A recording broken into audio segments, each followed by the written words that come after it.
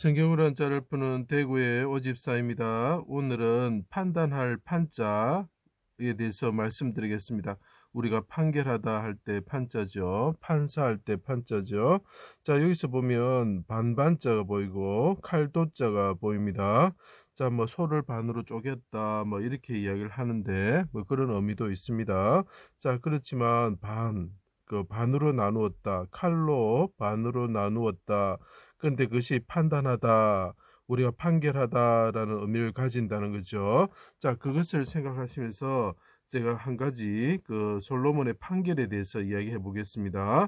창기 두 명이 사나이를 자기 아들이라고 주장하였습니다. 한 명은 죽었지요. 근데 한 아이를 가지고 누구의 아들이냐고 이렇게 솔로몬에게 판결받기 위해서 나갔죠. 자, 그때 솔로몬이 칼을 네 개로 가져오라. 칼을 가져왔습니다. 왕이 사나이를 둘로 나누어라 라고 이야기를 합니다. 나누다, 가르다, 쪼개다 이런 뜻이 되죠. 반은 이 여자에게 주고 자른 나눈 반은 저 여자에게 주라 이렇게 이야기를 판결했죠.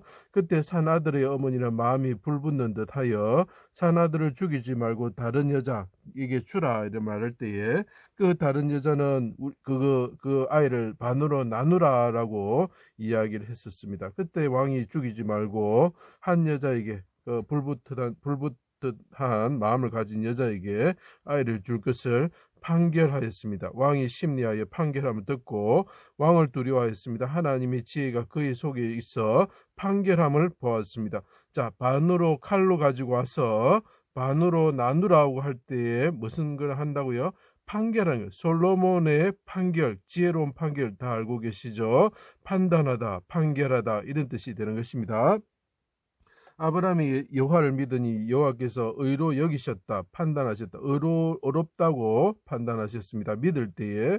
그래서 3년 된 암소와 암염소 순양과 산비둘기와 집비둘기 새끼를 가져다 중간을 쪼개고 반으로 쪼개고 칼로 쪼개고 마주대하여 놓고 새는 쪼개지 아니하였다라고 이야기를 하고 있습니다.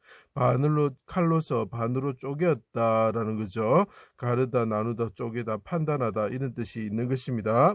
자, 율법의 판결에 따라 판단하라고 하나님 말씀하십니다. 이 사람이 소가 저 사람의 소를 받아 죽이면 살아있는 소를 팔아 그 값을 반으로 나누고 또한 죽은 소가 보이죠? 칼로서 반으로 나누어서 이 소가 소를 받았을 때 그렇게 하라고 이야기를 하는 거죠. 이것이 바산의 소와 같은 사람이 제단의 숫소와 같고 붉은 암송아지 같은 사람을 죽였을 때 일어나는 것과 같은 것입니다. 자, 사형 판결을 받아서 십자가에 달리신 예수님은 칼에 죽임을 당하신 제단의 절반의 거물에 놓인 태워지는 제물처럼 되셨다. 예수님께서 십자가에 이 땅에 오셔가지고 십자가에 달리셔서 칼에 죽임을 당하는 어린 양처럼 되셨고 소처럼 되셨죠. 거물 절반에 놓여지는 제물처럼 되셨을 때에 그것이 사형 판단해서 판결을 받은 거죠. 그 사람을 죄 지은 사람이라고 판결한 거죠. 이사야 53장 12절에 그런 말이 나옵니다.